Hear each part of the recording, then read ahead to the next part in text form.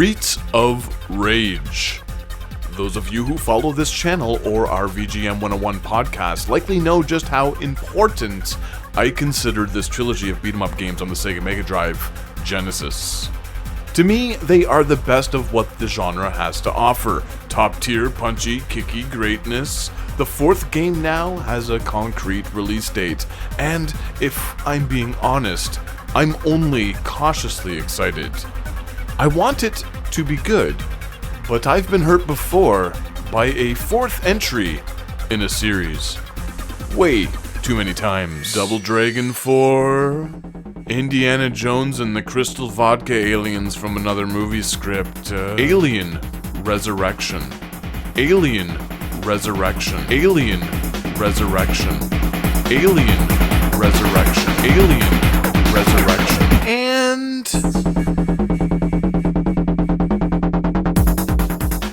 Alien Resurrection. There is, however, such a thing as a good trilogy. Back to the Future and Back to the Future.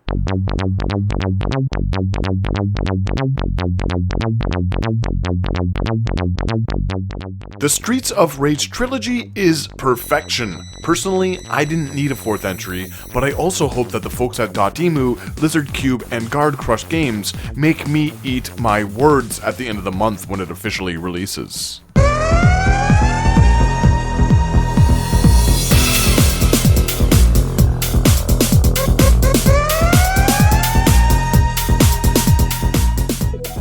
Today, though, we're taking a look at an unofficial 2011 remake lovingly crafted by a Spanish developer known simply as Bomberlink. It was in production for 8 years.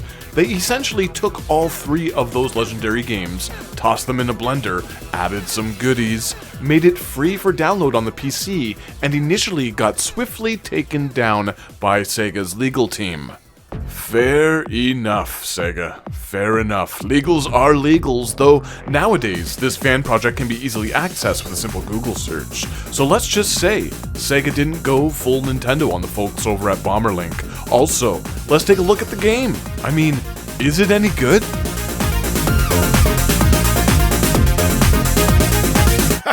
Yep, it's fucking amazing.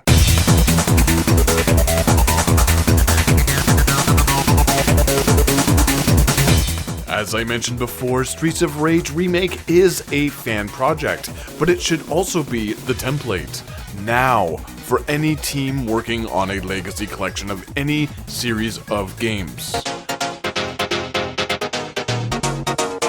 Look, I'm a cynical guy. I see the money in the eyes of companies who re-release their IPs every chance they get. Capcom, Bethesda, Skyrim, Toaster Edition. I get it.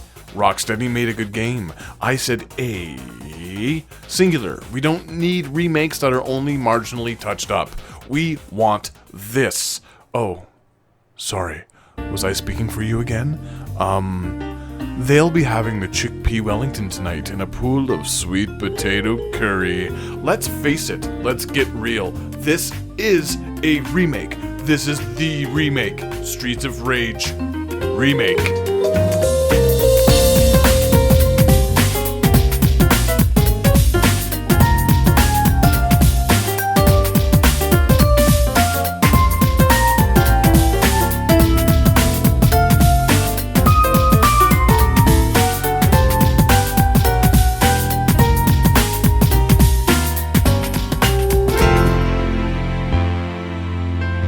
I'm aggressive because I care.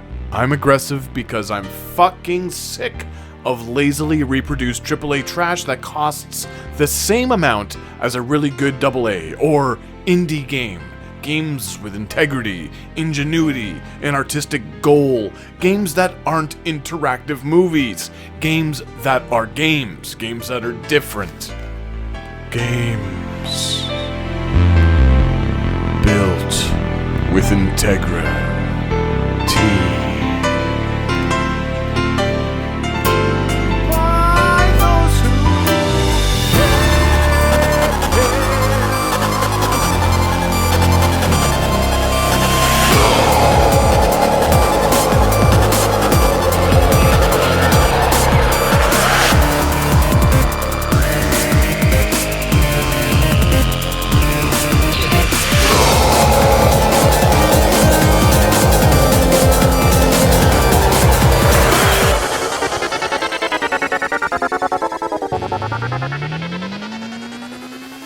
7 minutes in and I've done nothing but ramble and rant about everything and anything in a self-indulgent way, so let's get into what makes this remake so good, finally.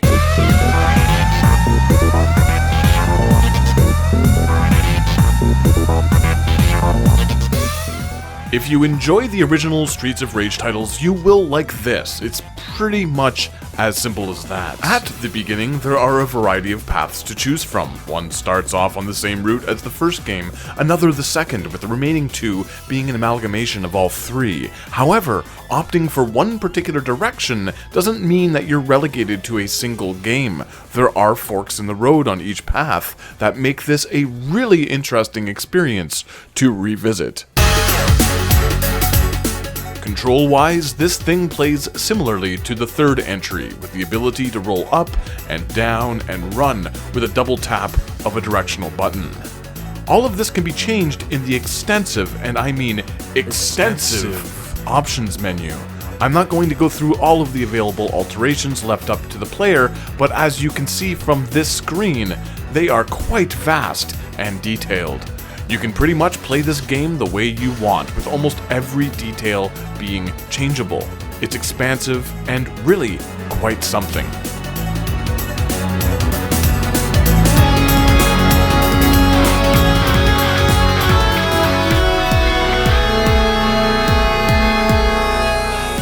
There are also some really fun challenge modes and a weird volleyball game in there as well. Options. Graphically, it's all aces. It looks and plays exactly the way it should. The punches feel as heavy and visceral as ever, with all of the main protagonists from the series being available from the very beginning. There are a variety of outfit options as well as a hefty amount of unlockable characters. Characters I won't be spoiling here because it's all part of the fun. Completely new. That's all I'll say. Completely new, and it's obvious that a lot of hard work and work heart went into this game, and now this is all I'll say. Until the next thing.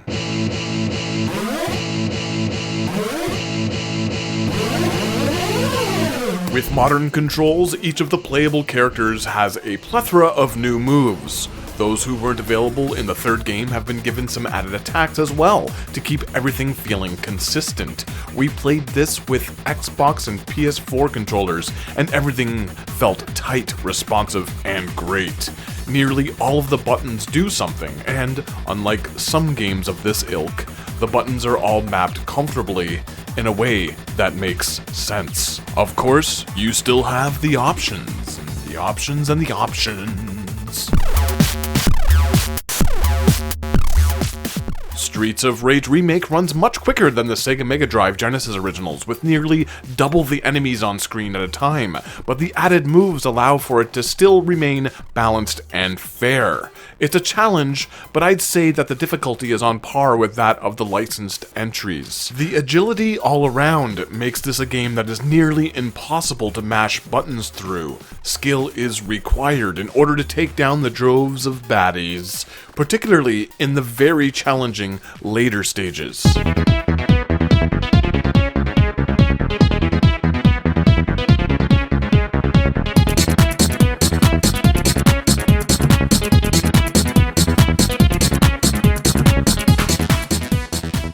There are some added levels, beautiful story sequences that share similarities with the third game's cutscenes, and a few new music tracks. Vehicle sections have been added, perhaps as an homage to those stripped from the concept work from 3, but they kinda control horribly, and really took me, as well as my bare-knuckle second-player companion, out of the moment. To be frank, both of us were losing our minds on the CD level, as neither of us could reliably hit a goddamn thing.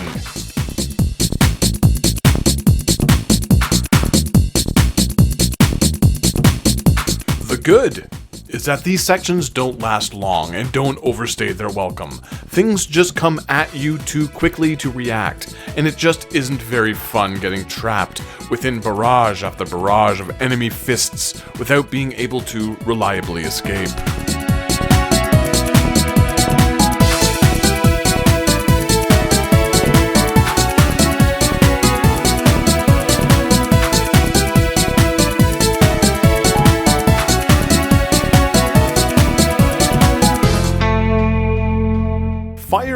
mods have been added to a few specific areas, and I don't really have an opinion on these. They're fine and control well. It's kind of a non-issue since they can be turned off in the options menu. Some gore and blood effects are also present, but again, if you don't like it, turn them off. It's all kinda trivial.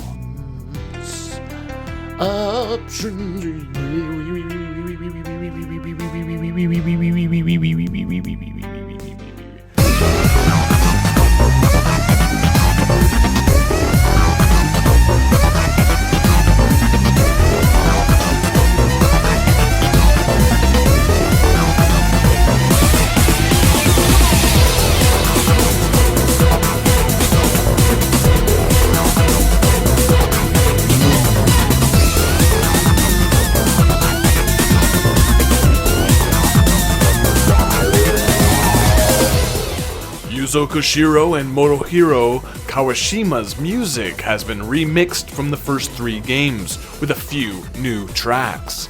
The compositions are, obviously, still great, but a lot of the intensity and bass has been scaled back.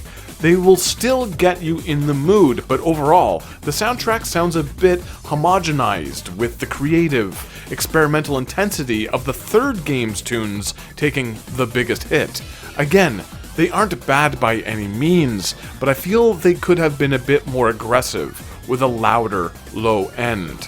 A cool detail is that a stage's track gets displayed in the lower left corner of the screen, making it feel like they are really honoring the excellent music of these games.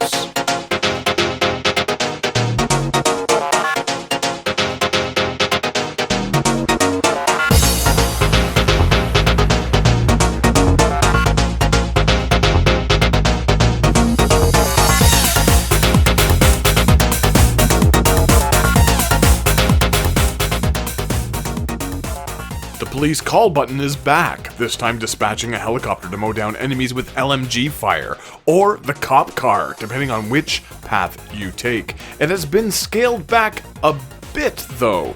This time around, it can't be used as a screen wipe indoors, which honestly makes more sense. Sure, it was funny to see a cop car roll into a building or onto a boat in the first Sega title, but it was always a little silly and frankly kinda dumb. Sometimes the chopper simply won't work, which had me a bit confused. I couldn't tell if it was a bug or if I was missing something conceptually in those moments, but as a player who usually forgets about this feature anyway, it didn't bother me all that much.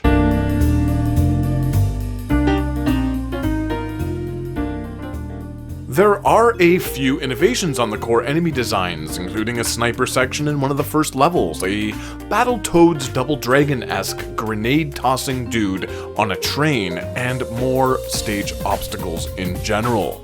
A few new enemies are introduced as well, including this Jason Voorhees mask-donning baddie from the first game's cover art, as well as this dude from Bare Knuckle 3 that was completely omitted from the Western Streets of Rage release.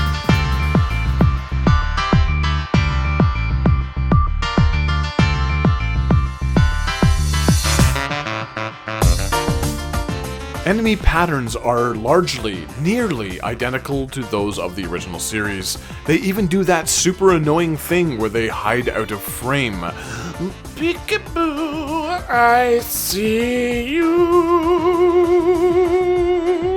One of the more interesting, clever additions is the option to include a computer-controlled ally. Seriously, the options! Have I mentioned them yet? You can even tweak this character's behavior from a bit of a passive coward to an aggressive, greedy hog who steals as many goodies they can get their grubby little hands on, to a few traits in between.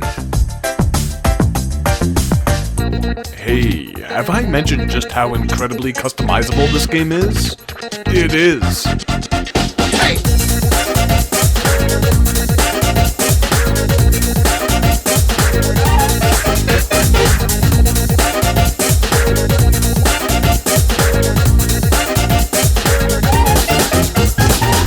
I got sidetracked again. Overall, this thing played smoothly and looked gorgeous, but I did have a few issues. Firstly, this area. The tracks kept glitching out and the buttons were arbitrarily unresponsive every time I made it here. It wasn't game breaking, but it was consistent over the course of several playthroughs. The other is that a second controller was a real bastard to connect. We play a lot of two-player PC titles around here, so I know it's not my computer. It could have been some oversight in the options, but I kind of doubt it. Upon setting up a second controller through Joy to Key, the game would automatically pause itself at the start and end of each stage, as well as on every player death. It was frustrating and persisted even when returning to a single-player game mode, forcing me to download the game a second time. With that being said, it's a free game, and it could have very much been a me problem, so I'm not really holding it against the developers. I did encounter these issues though, consistently, and felt they needed to be at least addressed here in this oh-so-thorough, professional internet video review that took 7 minutes to get going. While I'm bitching, I found the last two stages to be a bit cheap, with enemy placements that weren't particularly well thought out. They kinda throw the kitchen sink at you in those final moments across each of the 3 ending facilities, and they felt unnecessarily grueling.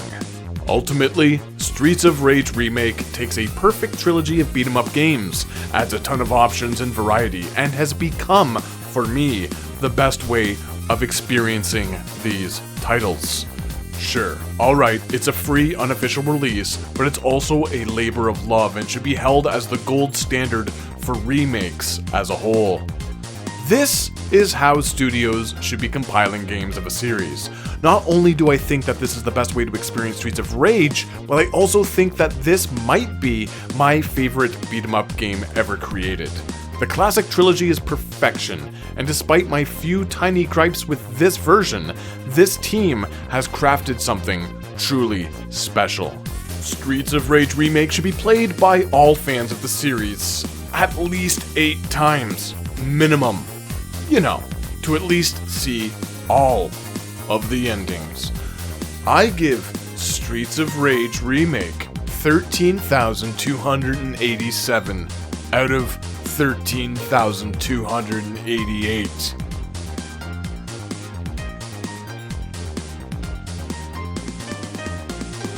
Oh, you're still here? I drunkenly passed out. How about some more music?